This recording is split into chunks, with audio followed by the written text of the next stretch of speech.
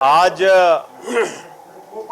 भुवनेश्वर आने का जो मकसद था वो ये था कि उड़ीसा में पार्टी विस्तार को लेकर पिछले दिनों पार्टी के इंचार्ज एमएलए वीरेंद्र कादियान जी और हमारे प्रदेश के अध्यक्ष निशिकांत महापात्रा जी और पुनीत जी जो हमारे को इंचार्ज हैं और कई और को इंचार्ज, उनके साथ अरविंद केजरीवाल जी की मीटिंग हुई और उस मीटिंग में ये तय हुआ कि उड़ीसा के अंदर आम आदमी पार्टी एक अच्छा विकल्प जनता के सामने झाड़ू के रूप में, आम आदमी पार्टी के रूप में देगी और उड़ीसा के अंदर जो बीजेपी के आने के बाद एक निराशा हुई है उसके सामने मजबूती से खड़ी होकर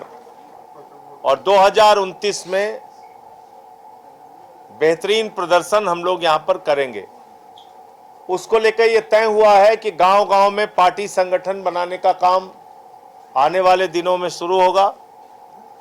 डिस्ट्रिक्ट कमेटीज, बूथ की कमेटी, ब्लॉक की कमेटी, असेंबलीज के लेवल पे संगठन निर्माण और पहला जो टारगेट है वो फरवरी मार्च में जो जिला पंचायत का चुनाव होता है उस चुनाव में आम आदमी पार्टी मजबूती से चुनाव लड़ेगी।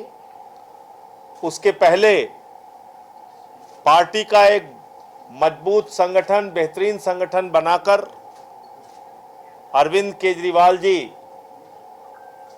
को बुलाकर यहां पर एक बड़ी रैली और सभा का आयोजन किया जाएगा। उसी संदर्भ में आज की ये प्रदेश कार्यकारिणी की मीटिंग थी जिसमें अलग अलग जिलों से कार्यकर्ता आए थे, हमारे प्रदेश के कार्यकारिणी के लोग आए थे और आगे कैसे काम करना है उसको लेके चर्चा हुई। डबल इंजन की जब सरकार बनी उड़ीसा में तो मोदी जी ने बहुत सारे वादे किए थे यहाँ के लोगों से और जो हमारे मुख्यमंत्री जी हैं, पता नहीं इनको याद है कि नहीं याद है, इन्होंने, इनकी पार्टी ने वादा किया था 300 यूनिट बिजली फ्री देने का उड़ीसा के लोगों को। धर्मेंद्र प्रधान जी जो हमारे शिक्षा मंत्री हैं उन्होंने भी कहा था और आज 2 साल पूरे हो गए लेकिन अब इनको अपना कोई वादा याद नहीं है। दूसरा क्या हो रहा है, स्कूल बनाना प्राथमिकता नहीं है, अस्पताल बनाना प्राथमिकता नहीं है, यहां पे प्राथमिकता हो गई है मॉब लिंचिंग करना, टारगेट कर करके लोगों के साथ मारपीट करना, मारना, हत्या कर देना, जिसके लिए उड़ीसा कभी भी नहीं जाना गया। उड़ीसा की पहचान कभी भी हिंसा के रूप में नहीं हुई, दंगे फसाद, लड़ाई झगड़े, मॉब लिंचिंग के रूप में नहीं हुई। आज उड़ीसा को बदनाम करने का काम बीजेपी का शासन कर रहा है। 4 महीने तक जीतू मुंडा को अपने बहन का मृत्यु प्रमाण पत्र बनाने के लिए भटकना पड़ता है और बाद में बहन का कंकाल लेके वो बैंक के सामने पहुंच जाता है।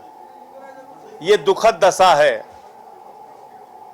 बिजली के नाम पे स्मार्ट मीटर आ गया है जो एक लूट मीटर है, अनाप शनाप उसमें बिजली का बिल आता है।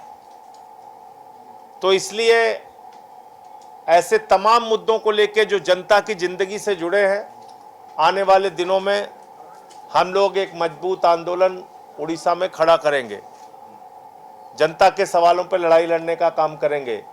उड़ीसा के पास इतना खनिज पदार्थ है, इतना मिनरल है, कोयला हो, आयरन ओर हो, इतने प्लांट है यहाँ पे,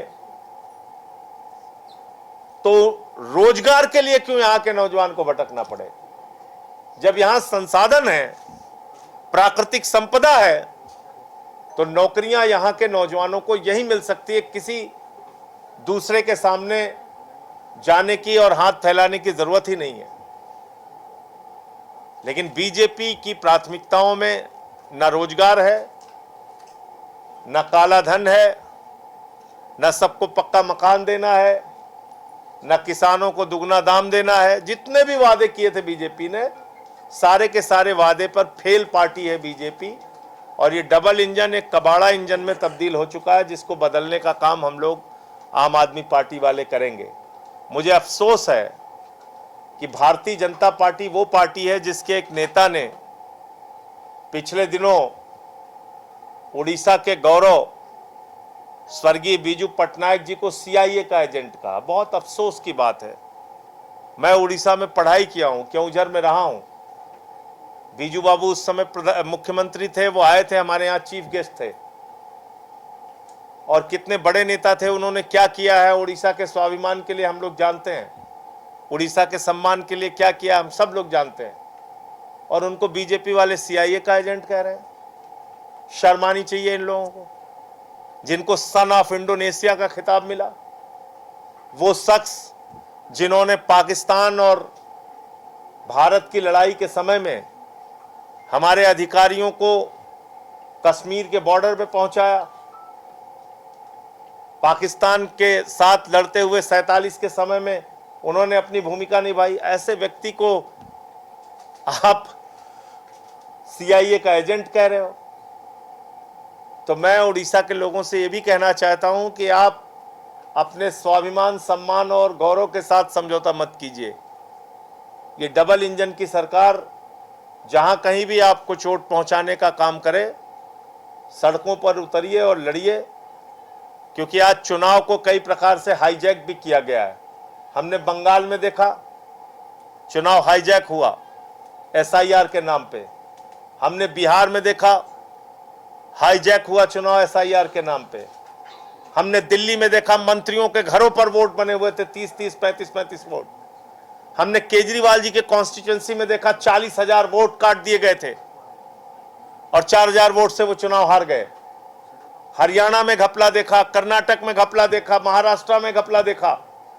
आज चुनाव की प्रक्रिया को निष्पक्ष करने की भी लड़ाई लड़नी पड़ेगी, क्योंकि उड़ीसा में भी एसआईआर शुरू हो गया और यहां पर भी वही खेल चलेगा। टारगेट कर करके लोगों के वोट काटे जाएंगे। जो बीजेपी वाला है उसका वोट बचा रहेगा, जो बीजेपी वाला नहीं है उसका वोट काटा जाएगा। तो इससे भी सावधान रहने की जरूरत है। अभी देश के सामने महंगाई का एक गंभीर संकट खड़ा है। प्रधानमंत्री ने उपदेश दिया कि आप डीजल पेट्रोल इस्तेमाल करना कम कर दीजिए, गैस इस्तेमाल करना कम कर दीजिए, वर्क फ्रॉम होम करिए, विदेशों की यात्रा ना करिए, सोना ना खरीदिए, खाद ना खरीदिए। तमाम सलाह उन्होंने दे दी और सलाह देने के बाद हवाई जहाज से उड़े और चले गए। रोड शो भी किया और विदेशों की यात्रा भी घूम घूम के की।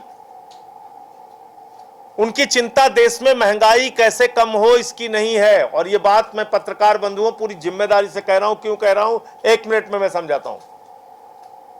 भारत ने 1,32,000 करोड़ रुपए का कच्चा तेल विदेशों से इंपोर्ट किया, आयात किया, 1,32,000 करोड़ का। और जिस समय पूरा देश लाइन में खड़ा है, जिस समय लोग डीजल पेट्रोल के लिए मर रहे हैं, ऐसे समय में 52,000 करोड़ का पेट्रोल डीजल हमने हिंदुस्तान से बाहर एक्सपोर्ट कर दिया। आप बताइए देश कहां है, देश के लोगों की पीड़ा कहां है, महंगाई कैसे कम होगी देश में। ईरान जो आपको रुपए में तेल देता था, सस्ता तेल देता था, आप अमेरिका के प्रतिबंध लगाने के कारण ईरान से सस्ता तेल नहीं खरीद पा रहे। आपने रूस से अपने कॉन्ट्रैक्ट को बार बार बदला अमेरिका के डर से। भाई अमेरिका ने तो प्रतिबंध ईरान के ऊपर लगा रखा है, फिर भी चीन खरीद रहा है ना। आप क्यों नहीं खरीद पा रहे हैं? आप देश को क्यों महंगाई की आग में झोंके हुए प्रधानमंत्री जी? इसका कोई जवाब प्रधानमंत्री के पास नहीं है। इसलिए देश में महंगाई आई नहीं है, महंगाई मोदी के द्वारा लाई गई है।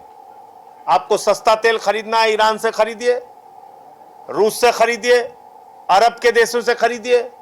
आप अमेरिका के दबाव में वेनेजुला से तेल खरीद रहे हैं। वेनेजुला से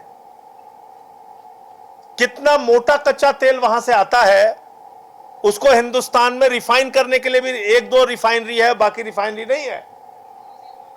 आप ऐसा तेल वेनेजुला से खरीद रहे हैं, कितने दिन में आता है? 56 दिन में। रूस से कितने दिन में आता है? 25 दिन में। ईरान से कितने दिन में आता है? 7 दिन में। आज 56 दिन से जहां 56 दिन के बाद जो आपकी जरूरत पूरी कर पाएगा उस देश से आप तेल मंगा रहे हैं। आप अमेरिका से तेल खरीद रहे हैं, 50 दिन में अमेरिका से आता है तेल। तो इसका मतलब देश को आप जानबूझ के संकट में डाल रहे हैं, क्योंकि ट्रंप आपको डांट देता है। ट्रंप से आप डरे हुए हैं। भारत की स्वाधीनता को, भारत की जो आत्मनिर्भरता को गिरवी मत रखिए प्रधानमंत्री जी। आज मार्को रूबियो आया है, अमेरिका का विदेश मंत्री, वो कह रहा है वेनेजुएला का राष्ट्रपति हिंदुस्तान आएगा। भारत सरकार ने इसकी पुष्टि नहीं की, वेनेजुएला के सरकार ने भी इसकी पुष्टि नहीं की। अमेरिका का विदेश मंत्री बता रहा है वेनेजुएला का राष्ट्रपति आएगा दौरा करने। तो इसका मतलब हमारी सारी नीतियां अमेरिका में बन रही हैं क्या? और मोदी